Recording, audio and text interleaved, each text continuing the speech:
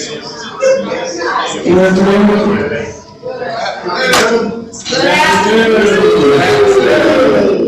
afternoon. Welcome to what we call the lunch with the books. My name is Sean. Please turn off your cell phones. Radio. We're going to leave the radio on. It's about Grubb. And you're still. This Thursday will be the fourth in our yoga class installments. Emily Dockery will be here, and it's a cardiac-friendly yoga. That doesn't mean it's going to be intense. It just means it's friendly to your heart. It's Christmas again. Next week, we have our 5th annual Ann Thomas Memorial Lecture, and the guest is Alvin Hall. He's an internationally renowned financial educator. He used to have a show on the BBC. He's an award-winning television and radio broadcaster. He's an artist and a best-selling author. In 2019, he went on the road to all the places where the Negro Motorist Green Book identified as safe places for African Americans to when they're traveling, like hotels and restaurants and pubs and other things. And he will be here on February 20th at noon. I have the books for sale for $20. It's an excellent book. I have read it. So I hope you'll make it to that. So today, that brings us to now. This past summer, when we did Wheeling Reads, we decided to do, I had seen this done in Dublin, Ireland. It's called a pub crawl, where writers will talk to you about their work outside the pub, then you go in and have a drink. Your favorite adult beverage. We do not have that. We do have root beer and other alcohol-free drinks, but we are going to call upon 4 of the best-known writers of the Ohio Valley, and they're all unfortunately deceased, so we will have to call upon them in spirit form. And so before we went to Later Alligator, Brewkeepers, Market Vines, and Towngate Theater, and now we're doing the whole thing here. Yeah, we're going to have some nice smooth music. And I'll show you some pictures of some of the most beautiful pubs in the world, so you can pretend. But at this time, I'd like to bring out our medium, Julia, who is going to call upon these spirits. See, yes, she's a medium. That's Julia. Just go into trance. And it takes a few seconds. Let us know if you would like these ghosts here. And I hate using the word ghost, because maybe it's offensive to the paranormal entities of that. Look at your man. I'm very distracting here for Christmas. They're here. They're here. And it's gentlemen. Enjoy.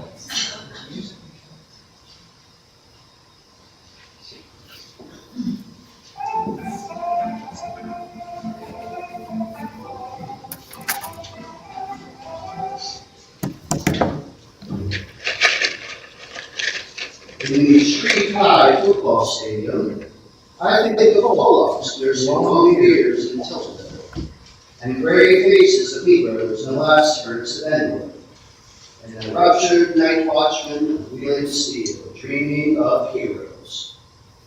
All the proud fathers are ashamed to go home. Their women cluck like starved bullets, dying for love. Their sons grow suicidally beautiful at the beginning of October and gallop terribly against each other's bodies. Hello, I'm Jim. I'm originally from Martins Ferry, Ohio. You know it, across the river there. My father was a glass cutter at Hazel Atlas, right up there. My mother worked at White's One Laundry. We weren't rich, needless to say. The Army got me out. That's what they call a nervous breakdown. I went to Japan for a while, came back, went to college with a GI Bill. I married Liberty Cardulis in 1952. We had 2 sons.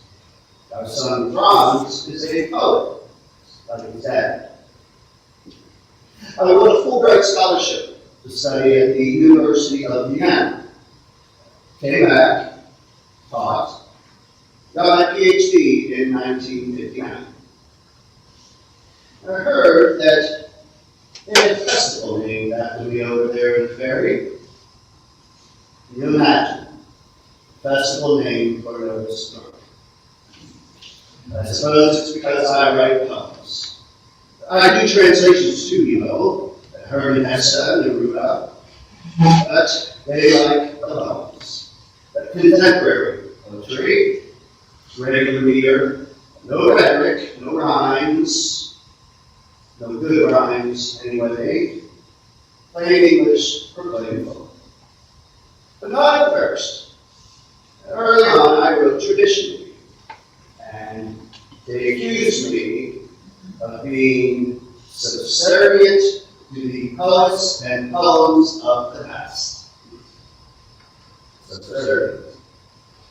That hits me off. So, I loosened it up. Pastoral surrealism, some call it. I like that a lot better than subservient. And that, I suppose, is the type of glibness that I become infamous for. For example, that poem you just heard, Autumn Begins in Montessori, Ohio, I wrote in 1963 broadside, which is a fancy term for fire, like you stick inside the telephone pole. And by the way, that's the guy who did all in the head. Air feels like it's turned. Probably galloping right now somewhere in the curse. Forget it. I suppose I'll nurse the one here myself later. So, yes, it has been said, and I've even said it myself. My chief enemy in poetry is glibness. My family is Irish, so that makes it easy for me to talk. I keep thinking of that idea of false, you know, what about it? He's writing, it's going to be hard for me. So, I suffer from this. I have a hard time serving my homes out. Now, one critic said that my overriding concern has been loneliness. Loneliness. Now, it's true that I have a soft spot for the lonely and the damned, drunks, prostitutes, broken people, outcasts, but in a life-affirming way, if such a thing is possible. I like to think that I find a light at the end of the darkness, damnation and salvation. My best work, should you care, is probably a collection called The Branch Will Not Break. Some say it was my happiest work. Others accuse me of self-pity. I can assure you, I had no pity for myself whatsoever. I only said what I thought needed to be said, what other poets refused to say. It gets ugly sometimes, smug, self-indulgent, to make the point. Yes, I've had my share of troubles, nervous breakdowns, shock therapy, smoked too much, drank too much, but that's not what my poems are about. Although I did write this one that still has them guessing to this day, the way it ends. Lying in a hammock at William Duffy's farm in Pine Island, Minnesota. Over my head, I see the bronze butterfly, asleep on the black trunk, glowing like a leaf in green shadow. Down the ravine behind the empty house, the cowbells follow one another into the distances of the afternoon. To my right, in a field of sunlight between two pines, the droppings of last year's horses blaze up into golden stones. I lean back as the evening darkness comes on. A chicken hawk floats over, looking for home. I had wasted my life. See? That had them pulling out their hair. But have I? Wasted, I mean. I wondered. Now, a few years after Liberty and I divorced, I remarried a sculptor, Edith Ann Crunk. She inspired my poetry. I was living in New York City at the time and published Shall We Gather at the River in 1967, and then went on a tour of Europe, France, Italy, Australia, Yugoslavia. Fantastic stuff. Reawakened me. And then in 1972, I won the Pulitzer Prize for my collected works. So, not too bad for a notice drunk from Martin's Ferry. And then my son Franz won the Pulitzer himself sometime later. So, not wasted. Not wasted at all, was it? Enough about me.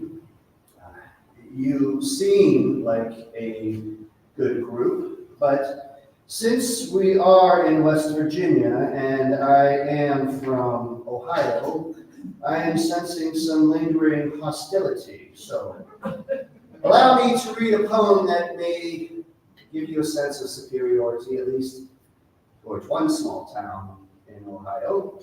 And it is called, forgive me if there are children present, in response to a rumor that the oldest whorehouse in Wheeling, West Virginia has been condemned. I will grieve alone as I strolled alone years ago down along the Ohio shore. I hid in the hobo jungle weeds, upstream from the sewer main, pondering, gazing. I saw downriver at 23rd and Water Streets by the Vinegar Works, the doors open in early evening. Swinging their purses, the women poured down the long street to the river and into the river. I do not know how it was they could drown every evening. What time near dawn they'd climb up the other shore, drying their wings. For the river at Wheeling, West Virginia, has only two shores, the one in hell, the other in Bridgeport, Ohio. And nobody would commit suicide only to find beyond death, Bridgeport, Ohio. Too glib? Too bad. But I will end on a lighter note, because I believe it is about time we got that beer. This is one of my most recent poems so far, Trying to Pray. This time, I left my body behind me, crying in its dark folds. Still, there are good things in this world. It is dusk. It is the good darkness of women's hands that touch loaves. The spirit of a tree begins to move. I touch leaves. I close my eyes and think of water. Thank you.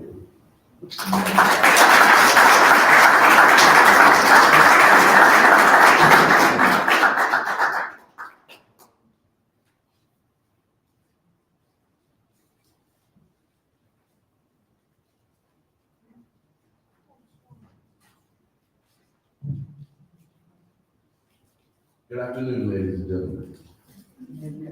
My name is James McHenry Jones, and I'm the principal of Lincoln School here in Wheeling. As I'm sure you are aware by law, Lincoln is the segregated school for colored children in this region. I spent most of my life as an educator, and I love my work. But I'm here with you this afternoon by virtue of the fact that I have penned a novel which I have entitled Hearts of Gold. While the novel was written with a colored audience in mind, I do believe that white folks will benefit by reading, if only insofar as you will learn about the current conditions in America for your colored brothers and sisters. As this increased familiarity can only increase your empathy, I believe the experience can only help to bring us together as a community and as children of the one God. I was born in Gallipolis, Ohio in 1858. Just a few years before the war between the states nearly tore this union asunder. I worked as a cooper, as a boy, while getting my education, then became an educator myself at age 16. And I became the first Negro to graduate Pomeroy High School. Just afterwards, I was hired in Wheeling, and in recognition of the noble work of the great emancipator, suggested the name Lincoln Grammar School. There I increased the number of teachers, students, broadened the curriculum, and rebuilt the school after a fire in 1892. I've always been very active in the Grand United Colored Order of Odd Fellows, but I've always been disappointed that I could not be a full member of the Independent Order of Odd Fellows because I'm a Negro. Why should there be two orders? Despite that obstacle imposed by the men of my own country, I traveled to England as America's delegate to the British Odd Fellows annual meeting, where I was welcomed to deliver speeches to showcase the achievements of my people. I told them, for example, that equality would be proven through acceptance. That is, through the associations of middle-class values and morals. Negroes will decrease the force of racism and acquire acceptance in the social order. When I returned from Bolton, England, you would not believe the royal welcome that I received from both colored and white citizens of Wheeling. The Opera House band was engaged, a platoon of police, white police, all were around, if you can possibly imagine that. And the Odd Fellows themselves were there in the splendor and regalia in full dress suits. Mayor Butts occupied a seat in the carriage next to me, and it was a sight, I tell you. And such a thing makes me wonder why we can't be brothers all the time. Oh, that same evening, there was a gala affair at the Aryan Hall, a banquet in my honor. They presented me with a portrait of myself. Now, such a thing exceeds even my ego, but Mrs. Jones, she seemed quite pleased. I've always been a staunch and active Republican, of course. To what other party would I belong than that of Mr. Lincoln? When I spoke at the Republican convention in Parkersburg, seconding Mr. George Atkinson's nomination of the governor, I said, the history of our party is simply a record of the triumphs of right. We were right in 1856 at the birth of republicanism, right in 1860 under the leadership of the immortal Lincoln, right in 61 when it was determined that one flag should wave over an undivided country and liberty should not perish from the face of the earth. Doubly right in 1863 when it was finally concluded that the life of the nation demanded the freedom of the slave.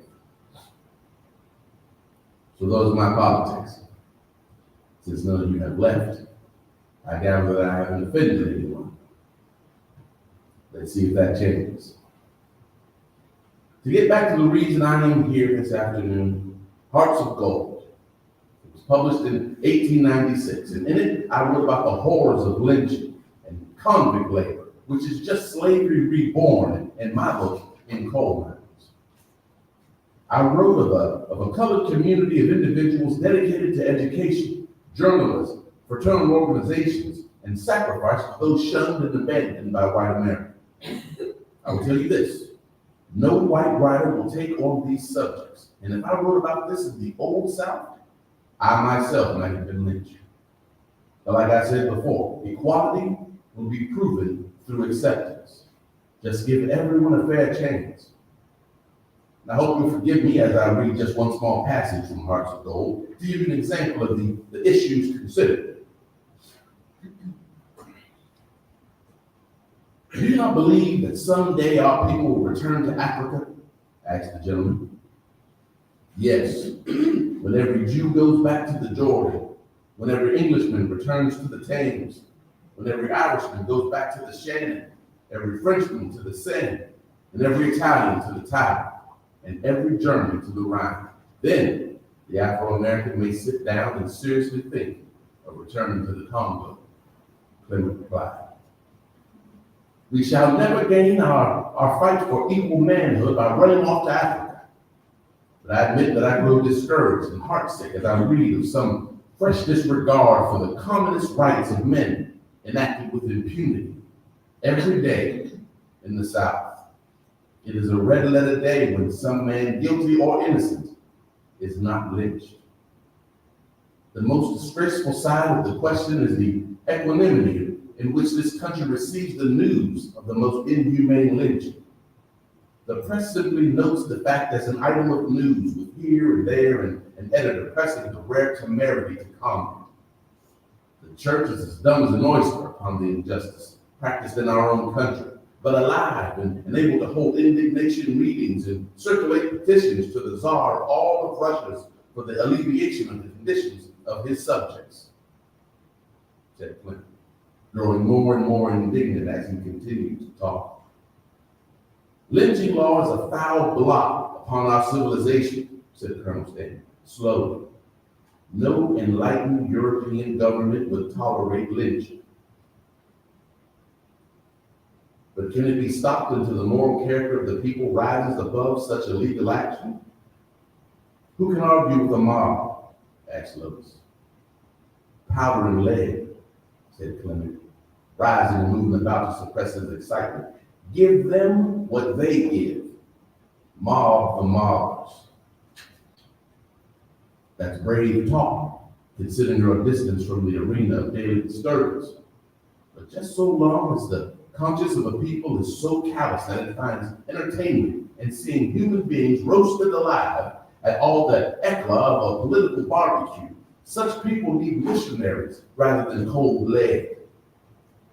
The persecutors are more to be pitied than their victims, replied Lois, serious.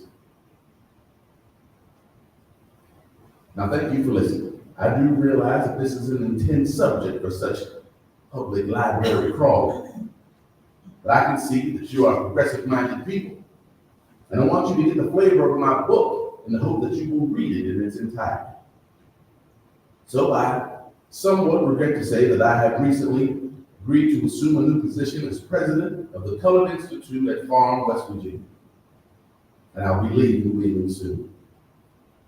But I have very much enjoyed my time here and will never forget this fair city, despite the fact that its policies never allowed me or my students to enjoy full citizenship. But I have been informed that all people are welcomed in this library. So let us enjoy that.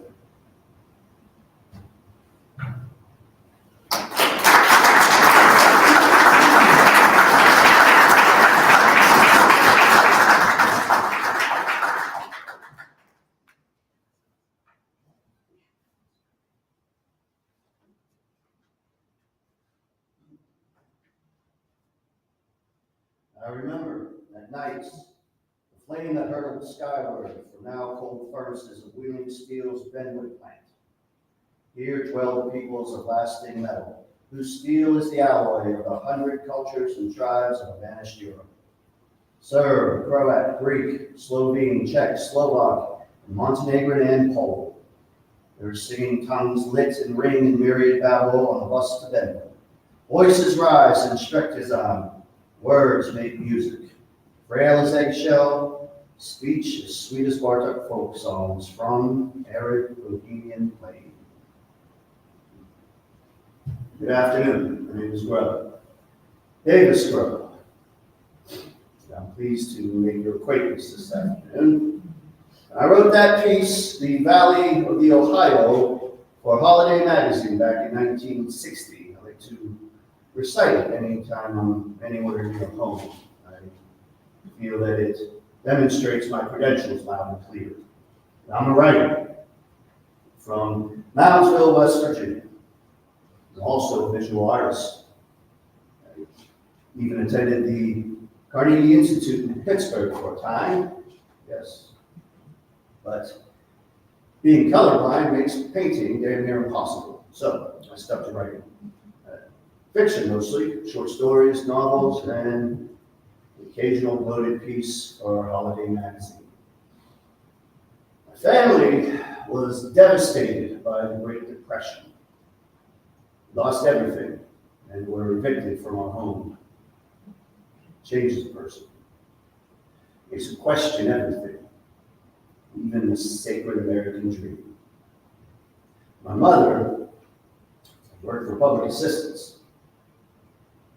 You wouldn't believe the story she told me. It's hard to see things the same way after hearing those stories. You abject poverty. Just can't see things the same way, even if you have only half a heart. I moved to New York City in the 40s to work for NBC Radio. I did some advertising in Philly, moved around a bit, did what I had to do. And then I sold my first story to Good Housekeeping in 1944 for $500. Don't ask me what that story was about. It probably had something to do with washing dishes, but I knew right then that I could do it. I could make a living writing. In 1953, I wrote a novel, Night of the Hunter. Changed my life. You heard of it? Set it here in the valley. I based the character of Powell off of a real-life murderer of widows and young children. That scoundrel, Harry Powers, Bluebeard in Clark County. And he was executed in the state penitentiary in Moundsville. My character Powell did some time there. In 1955, the novel was a finalist for the National Book Award. And that same year, Chuck Lawton turned it into a Hollywood picture. Lawton turned out to be his final picture. Starring Bob Mitchell, Shelley Winters, Lillian Gish. It didn't do well. Critics called it pretentious. Foggy melodrama, people with foggy characters. I myself was very upset with the film version, because it didn't conform exactly to what I had seen in my mind. Those dreadful changes made it foggy. But over time, it picked up its share of fans and developed a following. Next thing I knew, people were calling it a classic. From hate to love. And actually, I did like the way James Ng wrote that love-hate speech for the preacher. Would you like me to tell you the little story of right hand and left hand? The story of good and evil? H-A-T-E. It was with this left hand that old Brother Cain struck the blow that laid his brother low. L-O-V-E. You see these fingers, dear hearts? These fingers has veins that run straight to the soul of man. The right hand, friends, the hand of love. Now watch, and I'll show you the story of life. Those fingers, dear hearts, is always a warring and a tugging, one against the other. Now watch them. Old brother left hand, he's a fighting, and it looks like loves are gone. But wait a minute, hot dog loves are winning. Yes, sirree, it's love that's won, and old left hand hate is down for the count. I mean, a little unsophisticated, but catchy. My favorite line from the novel, it's a hard world for little things. Very true, isn't it? It seems that the favorite course of evil is to prey on the frail, timid, and the weak. See it over and over again. Now, if evil would just pick on people its own size, I suppose we would call that justice. I've had my own love-hate relationship. with the critics. They didn't understand me. They tend to get very upset if you don't write the same things over and over. They say that you've spent your talent. I didn't want to keep writing the same novels. So I kept changing things. Critics be damned. In 1954, I wrote A Dream of Kings, Civil War love story, my best stuff. Critics didn't like it, but I did. Melodrama, they said. Melodrama, 2 words. I said. Then there was The Barefoot Man, about coal mining, another good one. In 1956, I wrote Shadow of My Brother, about the lynching of a child in Mississippi. And then Voices of Glory in 1962. About 28 voices were touched by Mary Preston, the U.S. Department of Public Health nurse who gave out free polio vaccinations during the Great Depression. Once again, the critics said I oversimplified good and evil, love and hate. But in 1969, one of those voices turned into a novel that became another Hollywood film. Fool's Parade. Jimmy Stewart was in it. George Kennedy and Baxter, Strother Martin, little Kurt Russell, and some local neighborhood kids were in it too. Good cast. It was filmed in Moundsville. I'd spent most of my time in New York City, probably hadn't been back in over 12 years, but I had to see this being filmed in Moundsville. So I took a taxi cab from New York City to Moundsville and back. With my dog, Rowdy Charlie, and racked up probably the largest cab fare of the time, $750. And the film had its premiere right here in Wheeling at the Court Theater. Can you imagine? The Hollywood premiere in Wheeling. Tons of people, thousands. Jimmy Stewart riding up and down Main Street in an old Dodge convertible. Was anybody there that night? Well, I suppose we need to get to a pint, don't we? It's beer 30 somewhere. So I'll wrap it up then. Let you know, so far I've written 10 novels, tons of short stories, television for Hitchcock and Serling. But please allow me to end with this, in defiance of the critics. It was a warm night for the end of March. Walt had left the front door to the ice cream parlor open when we went out after supper to gossip with the old men down at Darley Stidger's store.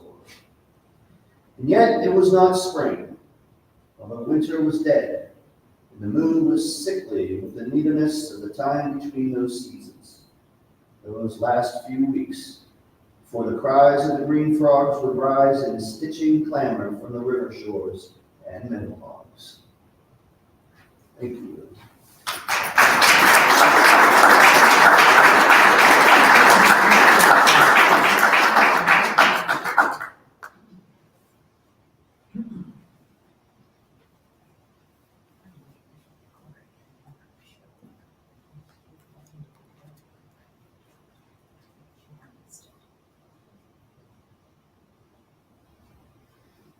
When Mr. Duffy summoned me last night through his Ouija board or whatever he was using, I was so delighted to return to my home, Wheeling. I walked the streets like I did all those years ago in the 1840s and 50s, and I was struck by the things that were the same here. The church where I grew up, it's now called the Blue Church, that's because it's a little blue. And the suspension bridge. At night it's lit up, which was a big shocker for me. But a lot of things had changed here too. This construction, the holes in the streets as big as pools. I noticed. How could I not notice? And I know that some of you are probably complaining about all the construction changes in your city that you don't like. But you have no idea the kind of change that I witnessed during my time here in this city. I was born in 1831 in the David Bradford House in Washington, Pennsylvania. Some people call it Little Washington. These days, people call it Washpaw. I guess everything does really change. But around the age of maybe 1, my parents decided that they wanted to see if they could strike it rich, and we moved to Alabama. Unfortunately, that did not happen, and 5 years later, we moved to Wheeling, Virginia. This is 1836. I was 5 years old. The Wheeling of the 1830s is nothing like the Wheeling today, nor will it ever be that Wheeling again. It was pastoral, bucolic, trees lined the streets. I had a tree house in my backyard where I would read books. It was a wonderful place, but it was also alive. This was the gateway to the West. People came here from all over in wagons by railroad. They took our beautiful river all the way down to New Orleans. This place was alive. And as a little girl, not only did I read a lot of books, but I loved to watch the travelers come through, their outfits, their way of speaking. This was a place like no other place in the country. And then at some point, when I was about 14 years old, my parents sent me back to Washington, and I attended school there. I graduated valedictorian of my class, and I was introduced to a man named Julius Lamorne.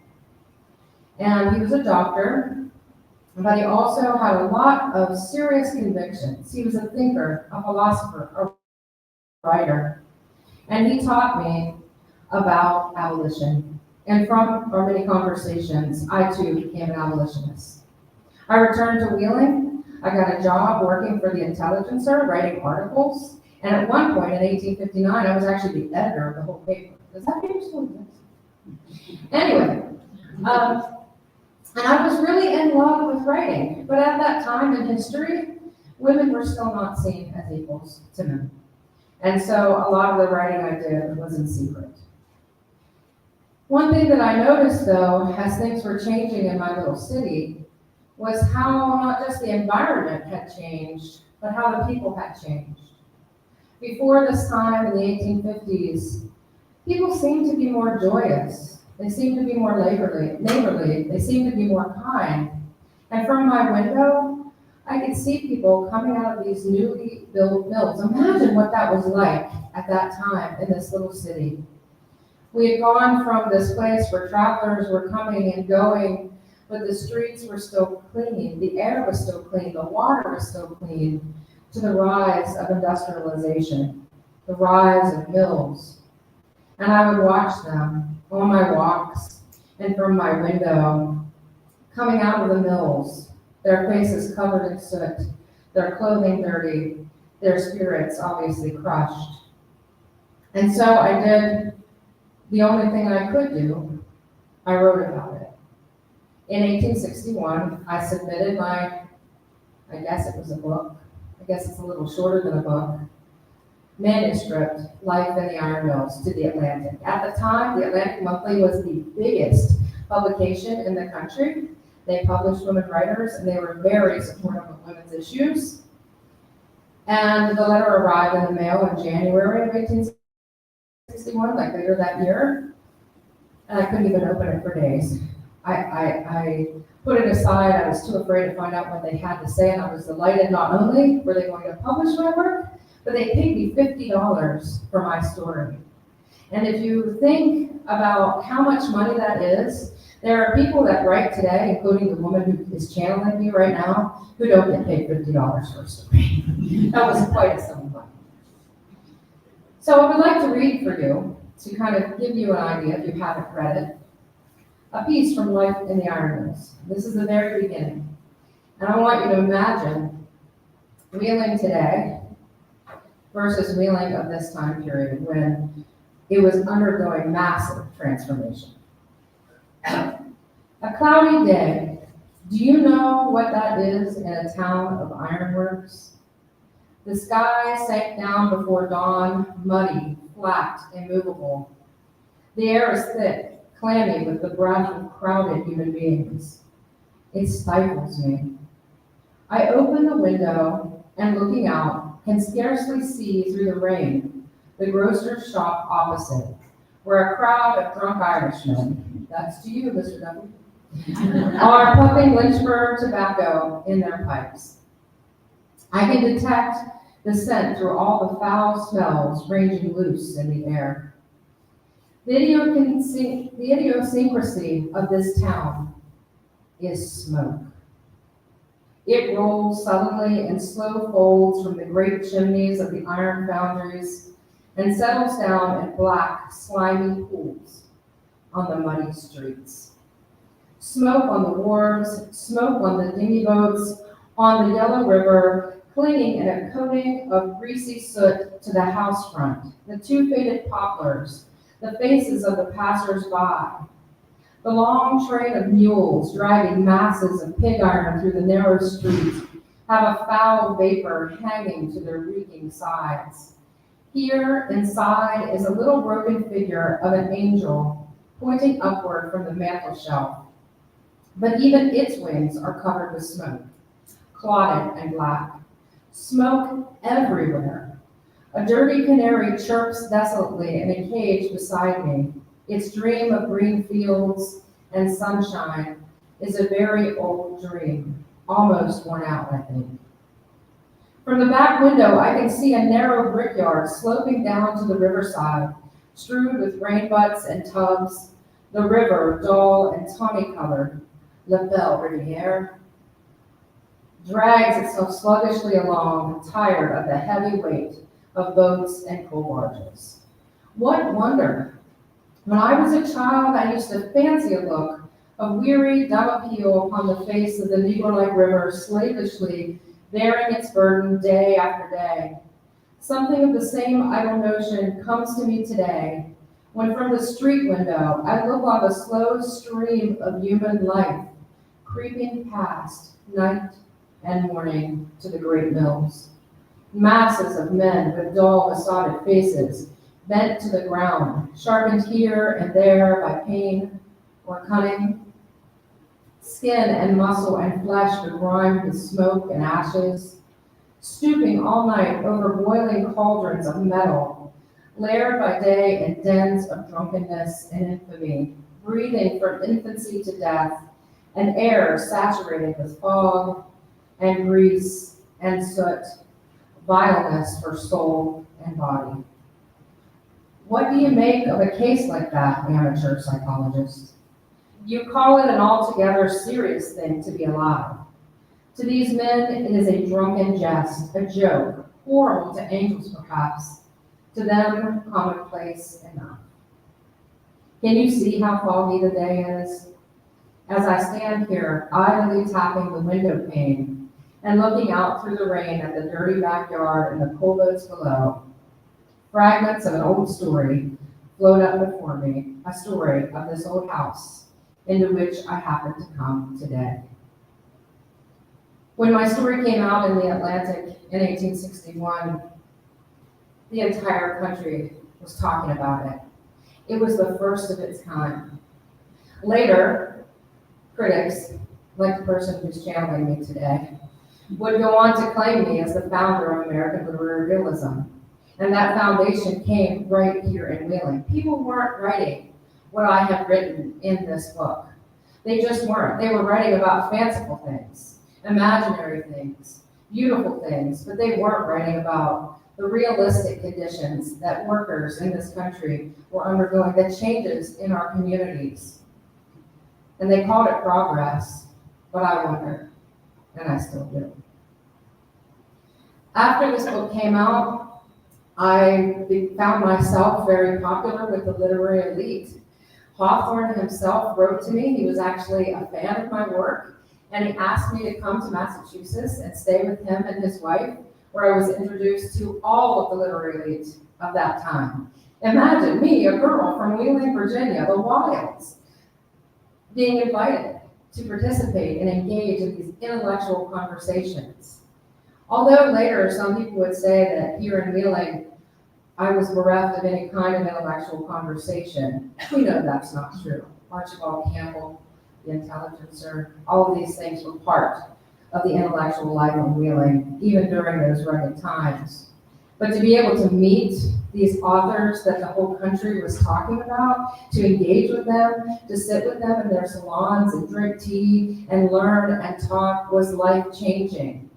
On my way back, we stopped in Philadelphia, where I had the pleasure to meet a man named Clark Davis. He and I had been corresponding through letters, and when we met each other, we decided we were going to get married.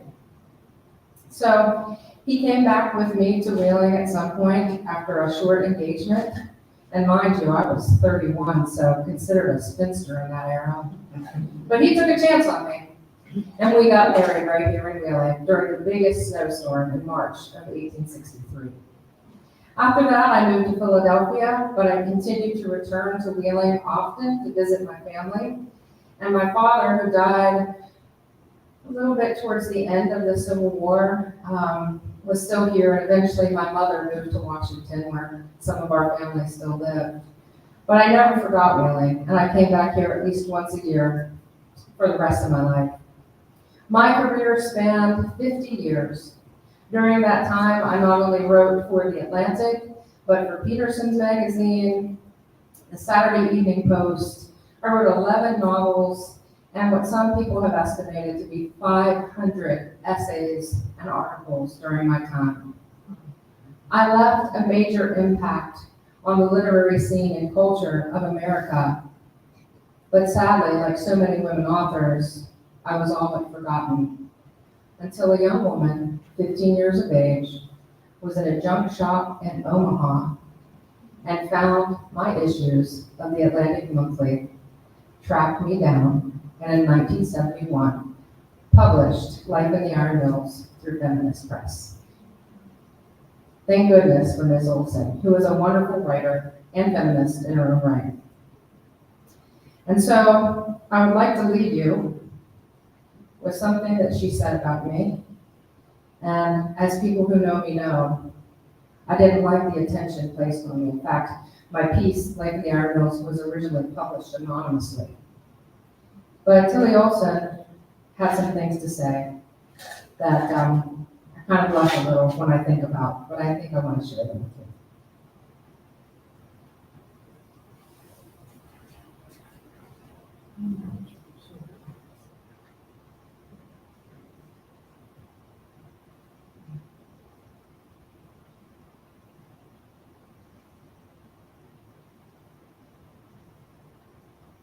Without intention, she's talking about me here, was a social historian, invaluable for an understanding access to her time.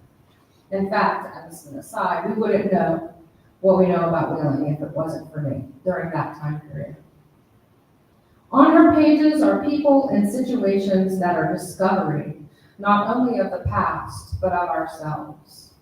From her work, quote, "The figure of the millwoman cut in coral, kept hid behind the curtain. It is such a rough, ungainly thing. Her epoch," again quote, "through with its thwarted life, its mighty hunger, its unfinished work." And Ms. Olson says, it's time to rend the curtain. And we're still discovering, the public at large, more about me, about my time here in Wheeling, but most importantly, about my contributions to American literary realism, which still continues to be an important piece of writing and part of our literary history today. Thank you for listening.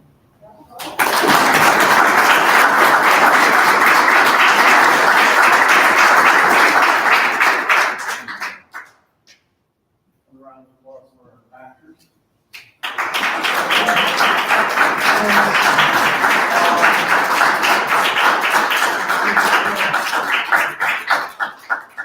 We don't have any beer, so see you next week for alcohol and Thomas Memorial program. And thanks for coming.